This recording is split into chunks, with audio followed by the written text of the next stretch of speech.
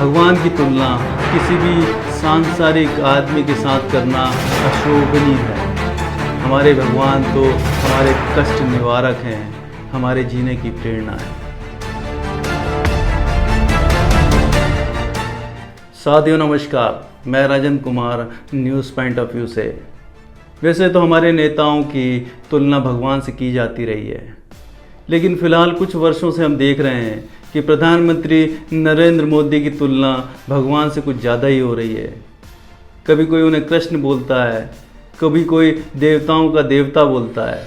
वैसे तो सत्ता लोलुप नेता चमचागिरी के अंधेपन में अतिशयोक्ति कर जाते हैं। अभी भाजपा अध्यक्ष जेपी नड्डा ने प्रधानमंत्री को सुरेंद्र बोलते हुए ये कहा कि वो सिर्फ जनता के ही नेता नहीं हैं, वो देवताओं के भी नेता हैं, वे देवताओं के देवता हैं। नरेंद्र मोदी इज सुरेंद्र मोदी। वो नरों के ही नेता नहीं, अब सुरों के भी नेता है। मुझे दो मंत्री बहुत याद आते हैं। एक तो स्वास्थ्य मंत्री डॉक्टर हर्षवर्धन और दूसरे रविशंकर प्रसाद। दोनों दिन रात प्रधानमंत्री का महिमा मंडन करते रहते थे, तारीफों के पुल बांधते रहते थे। चमचागिरी की सारे हदें पार कर दी थी दोनों ने। लेकिन हुआ क्या? हुआ ये कि प्रधानमंत्री ने दोनों को मंत्री पद से हटा दिया। ऐसा लगता है जैसे प्रभु क्रोध में आ गए थे और प्रधानमंत्री के अंदर समा गए और दोनों मंत्रियों को श्राप दे दिया। चापलूसी के आवेग में प्रधानमंत्री नरेंद्र मोदी की तुलना भगवान से की जाती रही है। क्या ये भगवान का अपमान नहीं है? अभी किसी ने प्रधानमंत्री की तुलना भगवान कृष्ण से करी है और अटल बिहारी वाजपेयी की तुलना श्री राम से की।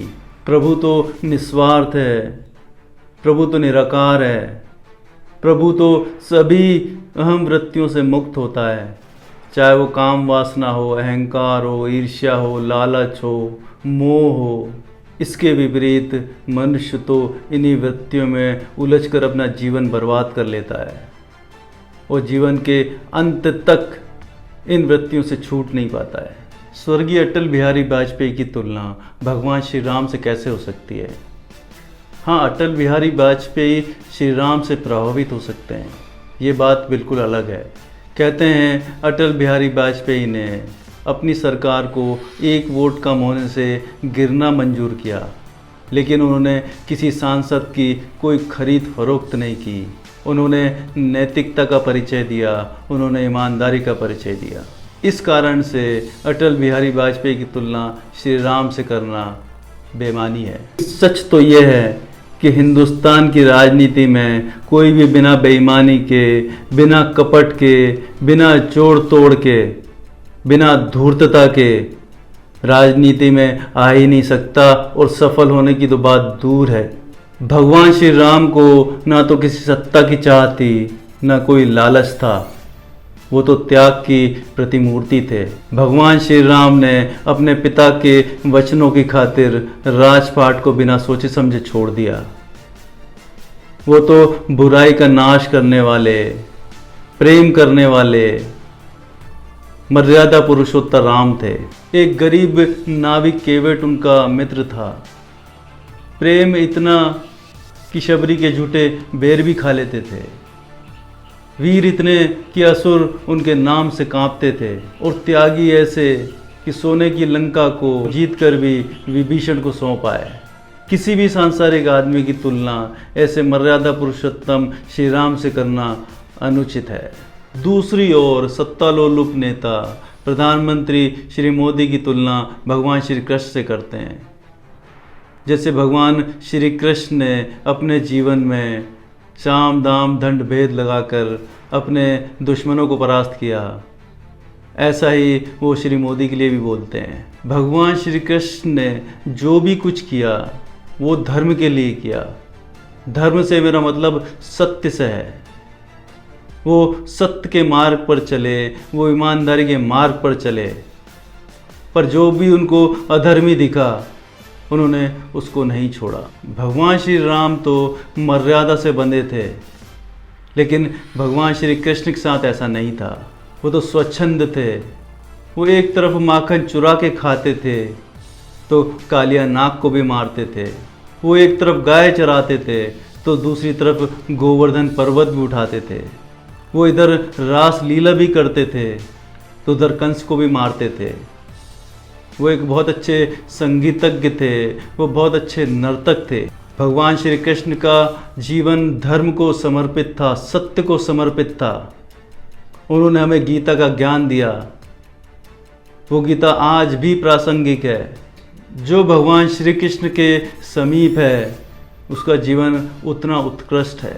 हम भगवान श्री कृष्ण से वो सब कुछ सीख सकते हैं जो हमें जीवन में आनंदित रख सकता है, जो हमें मुक्त रख सकता है। हमारे प्रधानमंत्री नरेंद्र मोदी की राजनीति तो झूठ पर टिकी है, जोड़ तोड़ की राजनीति है। पहले लोगों को किसी अनजाने भय से डराना और उस भय से मुक्ति दिलाने के नाम पर सत्ता पर काबिज होना ही उनका लक्ष्य था और लक्ष्य है। झूठ बोलने में, षड्यंत्र करने में और उसके कारण सत्तासीन होने पर जनता का भला तो कहीं नहीं दिख रहा। जब कोरोना में लाखों लोग मर रहे थे, परेशान थे, तब तो प्रधानमंत्री निष्ठुर बने रहे। आज देश में अराजकता का माहौल है, घृणा का माहौल है, नफरत का माहौल है, लेकिन राजनीतिक रोटी सेकने के कारण होंठ सिले हुए हैं। भगवान श्री कृष्ण तो सत्य के मार्ग पर चले। उन्होंने सत्य के लिए झूठों का, अत्याचारों का, शोषण का नाश किया। परंतु हमारे प्रधानमंत्री मोदी जी और उनके साथियों ने क्या किया? झूठ को पनाह दी, अत्याचार को पोषण दिया और जनता के शोषण को हवा दी। आज देश महंगाई से त्रस्त है, बेरोजगारी से त्रस्त है, लेकिन प्रधानमंत्री के मुंह से एक संवेदना का शब्द नहीं निकलता। भगवान की तुलना किसी भी सांसारिक आदमी के साथ करना अशोभनीय है और इसकी जितनी निंदा की जाए उतनी कम है। हमारे भगवान तो हमारे कष्ट निवारक हैं, हमारे जीने की प्रेरणा है। नमस्कार।